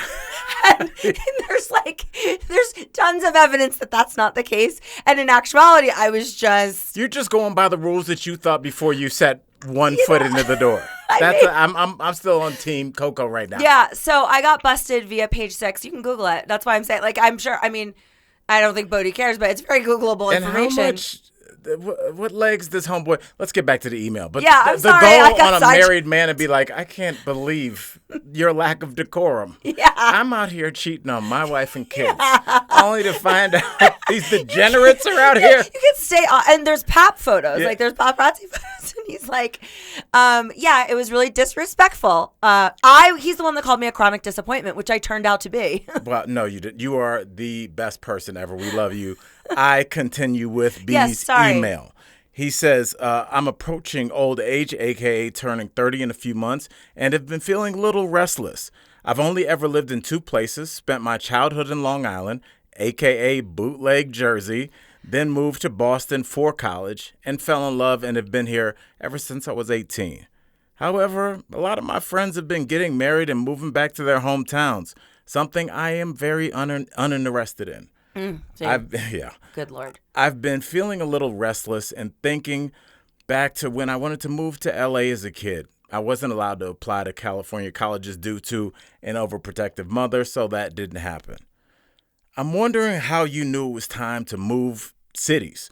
I feel like it could be time, but I'm not sure. I'm in a good spot if I choose to. I work remotely, so wouldn't need to worry about finding a new job. My sister has basically beat it into me that you can never just quit a job without having another one in the waiting. I like your sister. Yes, she's on it, so that's not a concern. I think my dog might be upset, but I also shouldn't be caring about my dog's opinion, right? Mm-hmm. Just looking for some advice on how you know it's the right time. Thanks for the great podcast, and can't wait to hear more. Okay, so I have a few views. First and foremost, of the cities, he mentioned New Jersey. Or not state of New Jersey, city of Boston, city of Long Island. City of Compton. I'm sorry. It was just in my head. I had to get that out. I'm sorry. I am unclear as to New York beats New Jersey every day, all day. There is no bootleg. Strong Island is great, man. My whole family is from there. Shout out. I have no issues, but I will say my family, all my cousins, my aunt and uncle, they live out there. They weren't, same thing. They weren't, one went to Oneonta, one went to Albany. They all stayed right in a 2-hour radius. Now, is it unspoken or is it spoken? No, it's fucking, my aunt is real clear on that. You're not going to leave. You have to be drivable. Whereas my mom was like, I don't know, where did you go? She's the one that when I would call from college, back when it was a long distance call. Yeah. And she'd be like, oh, daddy's calling. I have to go. And I'm like, you live with that man. I'm calling you from college. And she's like, sorry, gotta go, bye. You know what she was? She was maintaining the hierarchy. She's like, it's me and him, and then it's you. Yes. But whenever it's him, it's always going to be him over you. Just letting you know. Can I tell you something that this just made me think of? Because I grew up like this. I didn't know this was weird. My parents they're very, very into security. And growing up, our house had a very elaborate alarm system. But there was a second alarm system upstairs. So if you enter the upstairs, a panic room? If you cross, there's two things. One, if you cross the carpeting, if you were to open the door, but your body didn't touch the carpeting on the other side of the door, my parents had the entire upstairs. If you touch that carpeting, sirens go off. Now, that's when I'm inside the home. So like when I was a kid and I'd have a nightmare, I couldn't just like be like running up. I had to like knock aggressively so they'd shut the alarm off so I could come in. There was no just you just go into the bedroom. They set the alarm every night when we went to sleep as kids. You could not just go upstairs. Wait a second. So your parents... I thought that was normal, and I don't think it is. Your parents had a doomsday parents bunker in their own house. I think where you had to bypass a security system and have the door unlocked. That's literally like if something happens downstairs, we'll get y'all back and we'll call the cops. But like, that's on y'all. We're not unlocking the Fend store. for yourself. There's no point in all of us getting mopped up. Wow. Shout out to your parents. Like that. What an interesting. And I think that's why I find you so fascinating. Your parents are just like, they did what they wanted to do. Okay, so the other thing they had is they did have a panic button. It's right next to my mom's side of the bed, and it's a red button. And if she pushes it, immediately fire and cops, everybody comes. So I thought she meant fire like it comes out, like it would burn them like Game of Thrones or something. The bottom drops out, and you're in a pit with the spikes sharks. coming out. Oh my goodness! All right, Cersei. So growing up, I just was like, I thought everyone wasn't allowed in their parents' bedroom. And it turns out, like, after multiple sleepovers and now being an adult, I'm like, no, that was weird. That was a weird move, you guys. Yeah. And I also think we're in the digital age, so there's not things in your parents' bedroom that you probably can't see. But I think in the 80s, there were probably videotapes and stuff and dad mags and mom mags or whatever. But, like, there was no emergency. That alarm got set every night. How much time did you spend overall in your parents' bedroom? Oh, I lived in that house my whole life, right? I was there from the age of like 2 till 18 when I moved out. I'd say I've been in that bedroom, I'll ballpark it, 5 times. Shut up. Oh, yeah, it was not a thing. Shut up. Yeah, and it's a sprawling, I mean, look, I grew up in a really nice house. Right. And the upstairs has, like, my mother has an entire vanity room. Both my parents have, full rooms for closets. They have their own deck outside, like that overlooks the pool, like a full, like massive, they're about to speak to the masses. Coming out of it's double very, French doors. Evita. Yeah. Yes. yes. It's a really lovely upstairs. I will. One other thing that this would be much better if I had a picture called up. I don't, because I didn't know I was going to talk about this today. My mother, at some point in time, she's never worked a day in her life, and she started painting dolls to look like me at different stages in my life. Oh, my God. That's the scariest thing. So alarming. And they're all housed upstairs, so I wasn't even actually looking to go upstairs. Oh, there's one that's in a carriage right at the foot of the bed, like it's me when I was 2 or something. And then there's me standing in a dress, and there's none of my brother. Oh, my God. It's me in different stages of my life, all over like a fucking museum. I mean, they just moved, so this house doesn't. Those dolls still exist. My mom went to like porcelain doll painting classes and just kept painting me. You could just tell your mom, the real me's downstairs. No, it's just the real me has a voice box. I'm gonna paint what I think you would be like. Yeah, if you were mute. All right. Well, let's get back to my man. Yes, I'm sorry. So B. Okay, so as far as moving goes, the second you're even questioning it, it's time to go. That's it. It's time to go. I mean, and this sounds like something you've been thinking about, right? I am a big, look, I've moved a lot. So have you. I love turning a new page. I mean, truthfully, this is real. I mean, we talked about how I was kicked out of multiple sleepaway camps. I loved going to a new camp every year. When I was a kid and I was in middle school, I went through kindergarten through 8th grade with the same kids.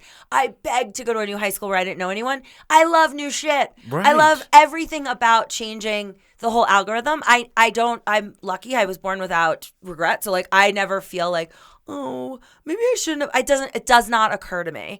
And so I feel like I'm a more well-rounded person because I've like pushed myself and I've moved around a lot. Right. And I just feel like I would never not tell someone to do that. Anybody that stays in their hometown, I'm like, sucks to be you. Yeah. Sucks to suck. And especially if he's in the ideal situation, because there's a couple different ways that you have to move cities. One is for a job, which, you know, he already has that knocked out. So he doesn't have to get reestablished. And then all of a sudden there's a hierarchy, and now they're kind of icing him out of the fantasy football league. And who's this new guy? Doesn't have to worry about that. He's going to go in. He's coming in at 30. I didn't hear any kids there, so he didn't have to worry about school system changing. No, he just has one stupid fucking dog. Vaccination. Yeah, he's just got a dog, and you pull up and you start your new life without having the paperwork of like going to new schools and like zoning. Can we put our our slide up in the back? He didn't have any of that. And he's not moving to LA at 20 with a dream and $50 in their savings account, because you're going to live terribly for like 6 years. He's bypassed all of that and can just move anywhere and be an adult like instantly. It's so rad. I would say hone in if you don't know this. LA is a catch-all term. Are you living in Hollywood? Are you living in Santa Monica? Are you living in Venice? Are you living in Marina del Rey? Are you living in, you know, like, you really got to figure out, like, whereabouts. And don't accidentally live in Inglewood, or, you know, like, oh, I thought Studio City was this. It's not. It's not. Every city that you just named has a personality. Yes. And you need to figure out, and even if you just go there for a week and just figure it out really quickly, you'll see exactly like you were saying. Like, there's like Studio City has a vibe to it. Inglewood has a vibe to it. You're like, why is the rent so cheap in Thousand Oaks? Yeah. Because it's not anywhere near Hollywood. Yeah. Like, it'll be a strong hour for you to get to a club. Right, right. So, and plus, like, I mean, for him, even like downtown is an option. I wouldn't live downtown, but if you're a person that likes to go to kind of like off the beaten path bars, or like kind of love that lifestyle. Basketball games, you want to be at Staples Center all the time, or whatever the fuck they renamed it. Crypto Center. Yes, which I think they're gonna have to change that. I don't know anything about crypto. I just know it ain't good. I know it. I mean, I don't know. All I did was hang out with that guy from the conference here. But I don't know anything. I knew nothing else. I'm excited for you. I think you should do this like yesterday. And sooner rather than later, because this is right in that window where you're about to make a life-changing decision, and you meet somebody and they don't knock you off your feet, but you're like, I'm going to at least see where this goes. And the next thing you know, it's been a year, and they're like, I can't move. I have my job. And now you're that person where all you do is have the story about how you were about to move. I was seeing somebody when I originally wanted to move to LA. I was living in New York, and I was seeing a particular athlete who I liked, but I knew, you know, it was rough. Let's just say he's been charged with some things. Like, it wasn't like the dream situation, but I didn't know whether or not I should leave. So I kept saying to him, basically like giving him ultimatums, but not like, I wasn't giving him an ultimatum. I was just like, look, I'm really trying to move to LA. So if you're trying to do this with me, let's do it. But if not, like, just let me go to LA. Right. And I kept bitching because it would be $3,000 to break my lease. And one day I woke up and there was $3,000 in cash on my nightstand and a note that said, I don't want to hear about that fucking lease again. And so I kept the money, and obviously. Yes. And then he was cheating on me, and I found out. And it was like a pretty egregious situation involving a private jet and a vacation I was supposed to be on. Ooh. I mean, not to go all the way down this road, but I was, after the game, supposed to be taking off on his PJ. We were going directly somewhere, and I am like all packed. Everything, and we're going for New Year's Eve, and he, after the game, just shuts his phone off.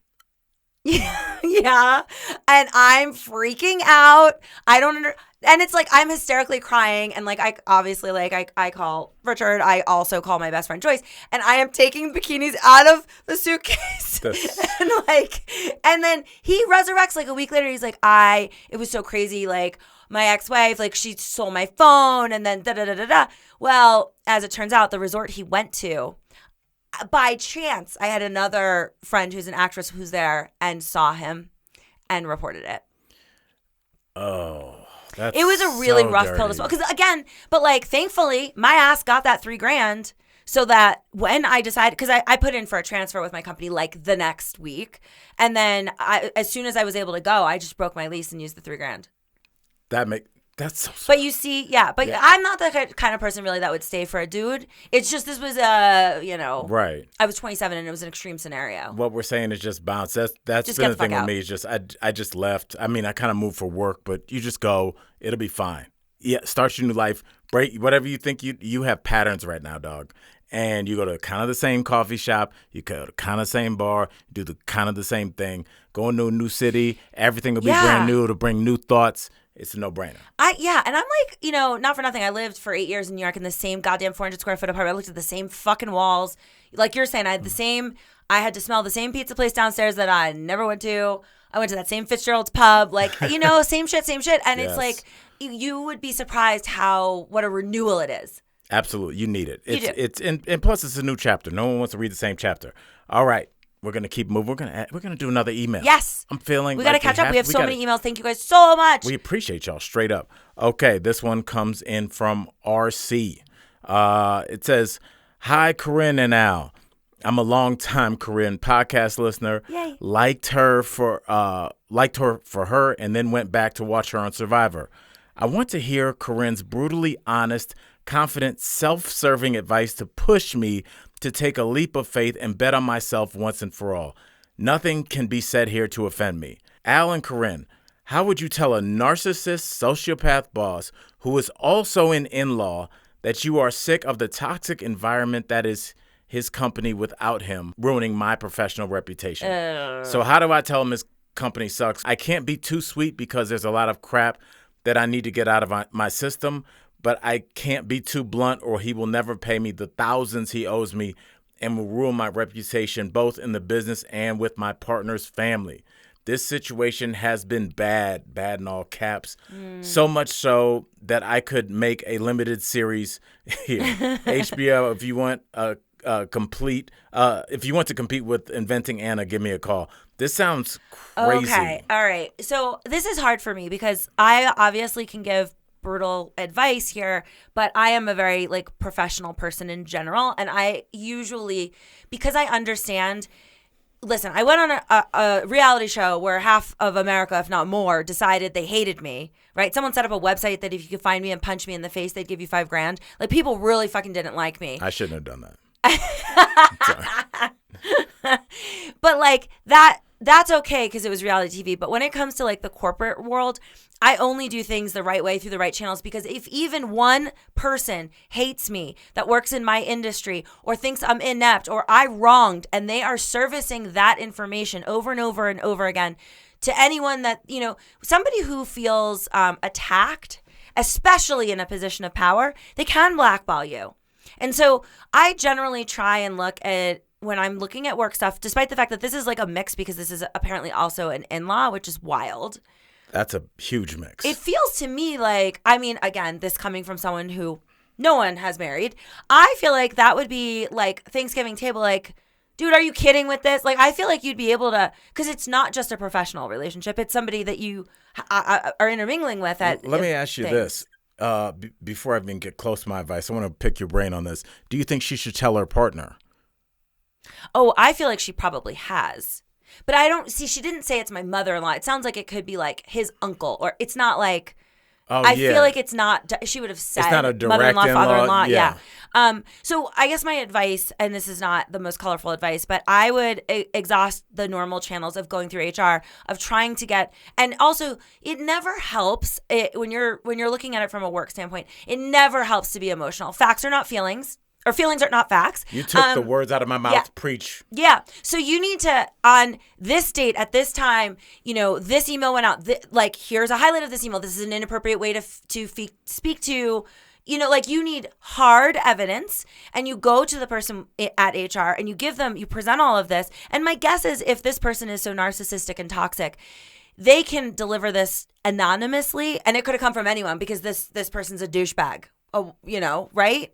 Absolutely. So I would really try my hardest to do things the right way before you just decide I'm going to unleash because I'm at the point where I'm about to burst. And also, you should get a new job before that happens.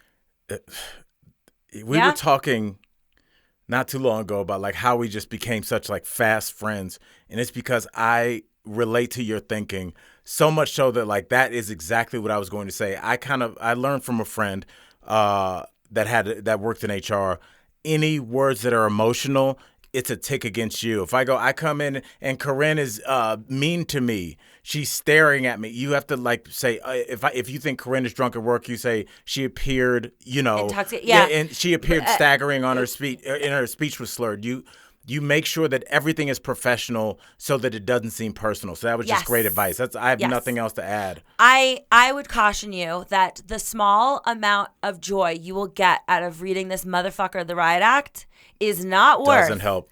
the long-term disaster that could be on your reputation. It's just not worth it. Right. You have to be cold and distant towards this. And I know it's personal, but it's when you can start looking at things, it sounds weird to say and narcissistic to say, but the way Corinne and I do, which is usually just in a business, like I understand why somebody would try and cut me out of something, or it's business. We're not all friends in this. And so when you approach this, don't take this as whatever they said that drove you to write this letter. Don't take that personally. Just be like, that's something you can't do at work. And that's a different way to think about it, rather than like they don't like you. It's just like they were behaving inappropriately. So I say, listen to Corinne. Don't be emotional. Be surgical and slowly remove yourself, but not before you got a lily pad. I want to say, that's right. Cute. A lily pad.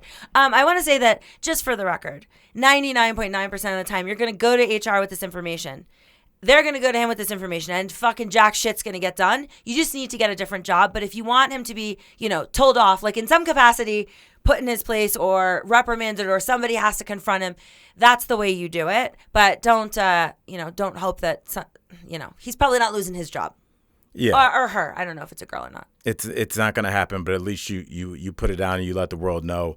I normally was going to wrap things up right there, but I want to sneak in one more email. One more? How do you feel about that? Okay. I hope you guys see how I go to bat for y'all. And there's so many emails on here. We got to get some of these. You guys are super dope. Okay, let's do this. I listened to this. I'm reading this. This is amazing. Just the title. I'm sorry, it threw me off. It's Vag Dryers. Oh, yeah. From your mom's house. Okay. All right. Yeah. Okay. Because I didn't know what this was. That's why I was like appeared stunned for a second. This comes in from our homie TM. It says, "Hi, Al and Corinne. I'm not sure if you listened to the podcast Where My Mom's At." Yeah. Sorry. Your mom's house is Christina and Tom, and then your mom's Where My Mom's At is just Christina. I'm obsessed with them both. I listen to both. And yes, she does vag dryers. Okay. Yeah. But the host often talks about vag dryers, a.k.a. a hobby that a guy has that completely turns you off. Totally. For example, collecting action figures.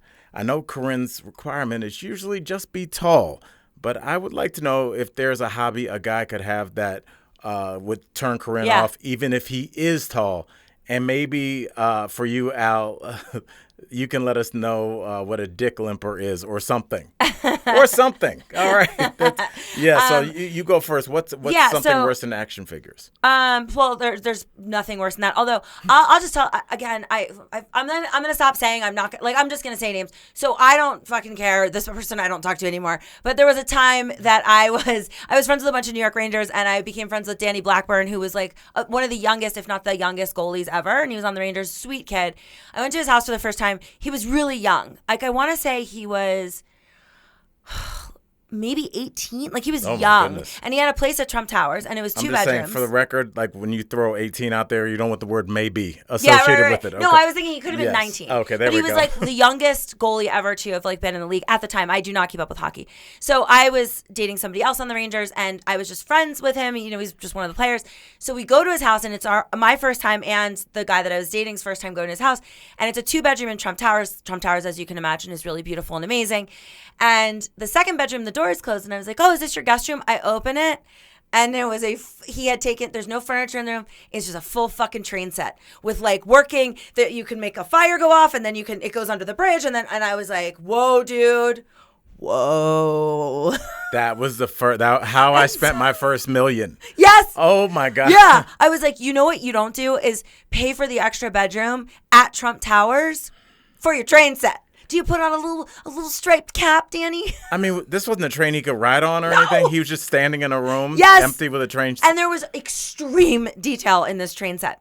So I don't know. I don't know what happened to him. Sorry. I feel like he probably doesn't. He didn't seem embarrassed. It wasn't like I stepped in there and was his dead mother or something in That's what got me he was like, thinking. oh, that's my train room. And I was like, you're what? Yeah, you're like, I've fallen for that before. Yeah, no, but what's more disturbing then? Okay. If you walk into a room at Trump Towers and you think this is a guy that you're dating, and there's two other women that are naked in his bed, and there's drugs around, and you feel... I see nothing wrong with this so far. Is that worse than, let's say, somebody else that thought they were in a relationship with this guy? Oh, okay. Is that worse than walking in that same room, turning the lights on, and he's standing there in the dark with this train set just going around in a circle? Which is more disturbing? Grab a whistle. Toot toot. I mean, but it's very up there with the figurines. I would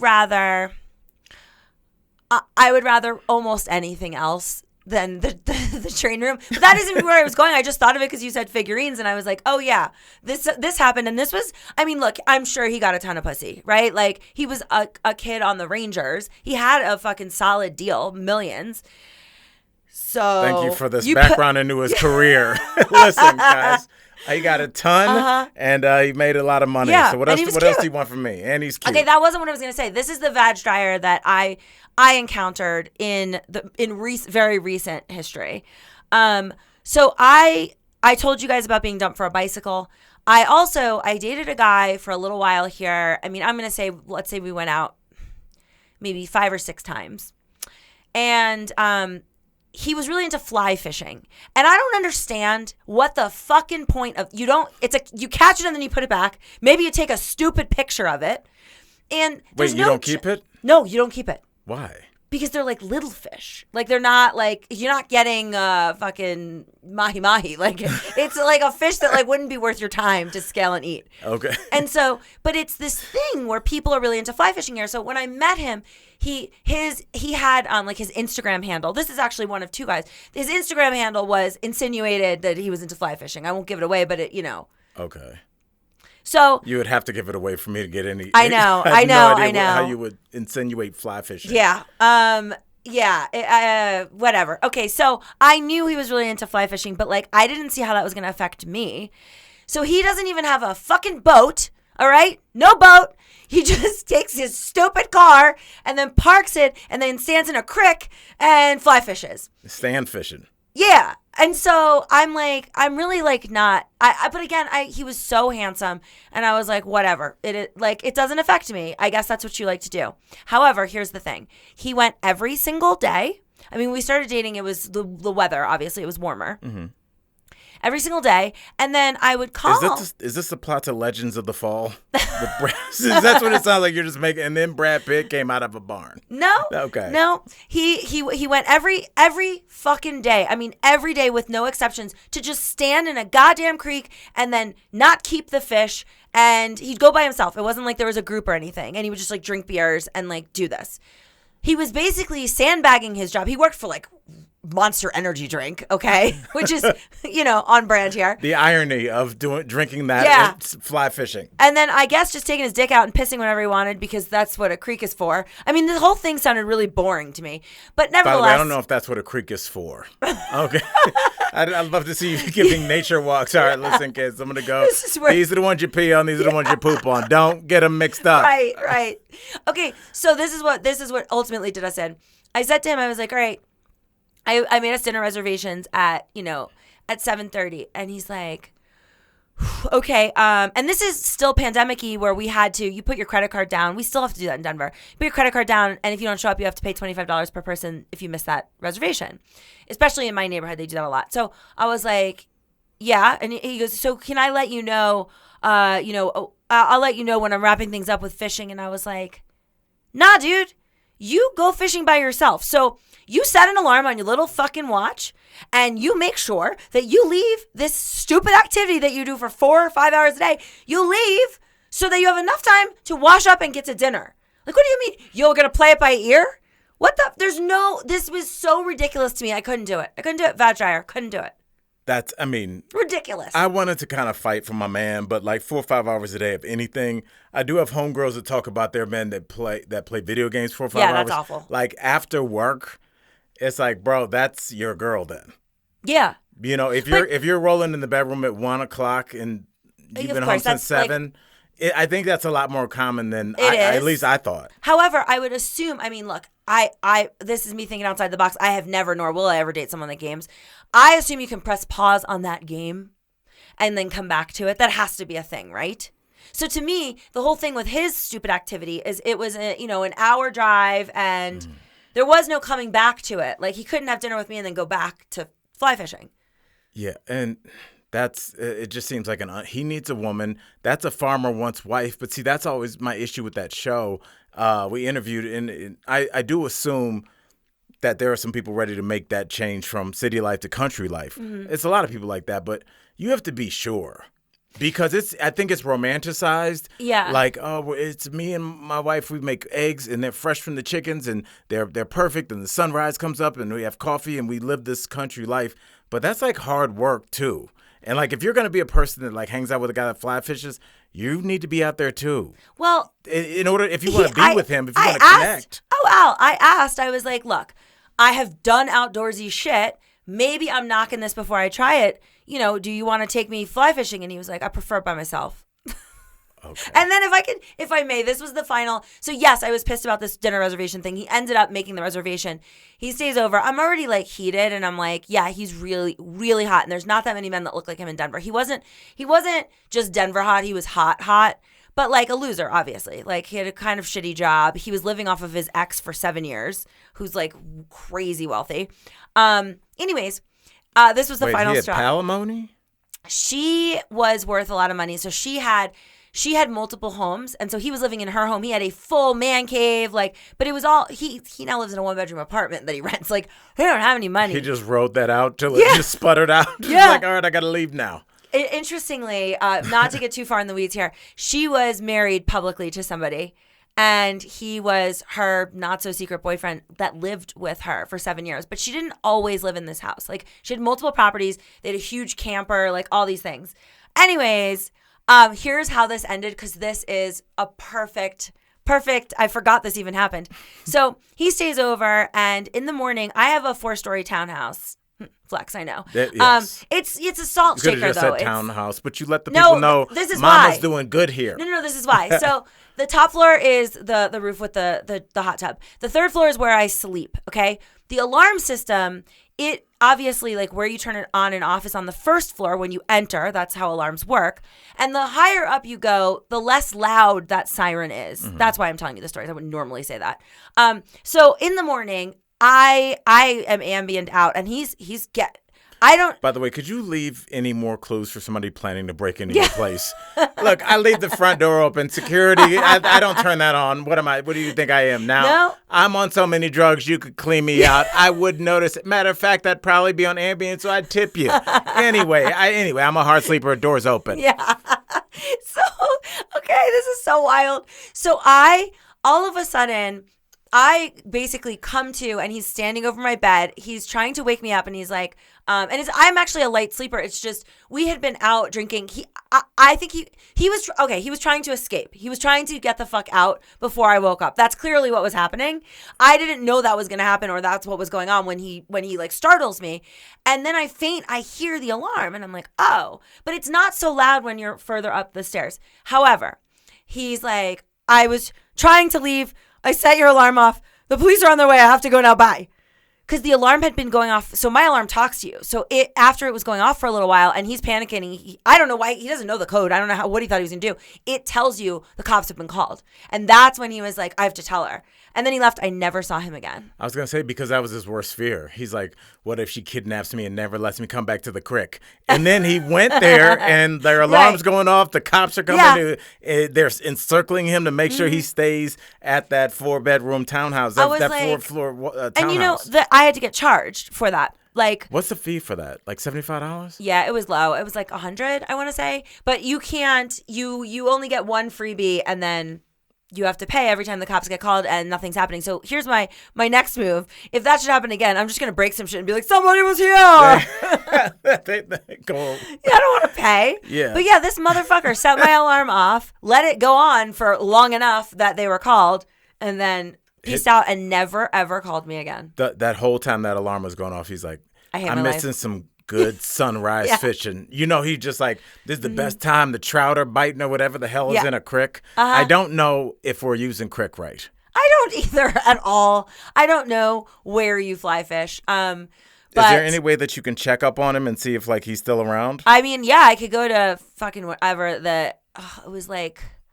I'm not going to say it right because so that way you won't find it anyway, but it was something like fly fishing and fuck it or something like his Instagram handle. Something catchy like that. He was a real wordsmith. Let a good one go. And he has a whole brand where he sells hats. No, he does not. He does. For all that entire demographic of people who are definitely not getting laid, but are also fly fishing. Yeah. Oh, man. But what a great existence to want to fly fish more than get laid. Because it's way easier. I mean, it's truly, that's what I said to my friend Michelle when I was telling her the story originally. I was like, I call it loser behavior. If you're choosing anything over getting laid and you're a dude, loser behavior. Loser. Low T loser. Yeah. That's what's happening here. Thank you for coming to my TED Talk. It's like somebody will listen to this and then listen to a show right after ours where somebody's going, you are more than your sexuality. No, you're not. You should want to connect with the person, but it depends on where you are in your life. So I'm like, hey, that guy he wanted to be with those fish. And I think that's weird. He's with the fish now. Yeah, good for him. Good on okay, him. I'm not letting you do another one. No, okay. we are running so late. All right. Oh, wow. Okay. Yes. We're very into your emails. It prompts us to tell funny stories, so please keep sending those in. My safe word is moreadvice@gmail.com. Take us home, Al. Hey, guys, no matter how bad it gets out there, remember to keep your head up. Well, you were Wait, did I fuck that up? Yeah, you did, because I had a clever thing I was going to say. Wait, what is it? Keep your head above water? Yeah. Okay, and then what? Don't give head underwater. Okay. Okay. There we go. And why put our foot through a Picasso? That was perfect. Yeah, we're out, y'all. Love y'all. Bye.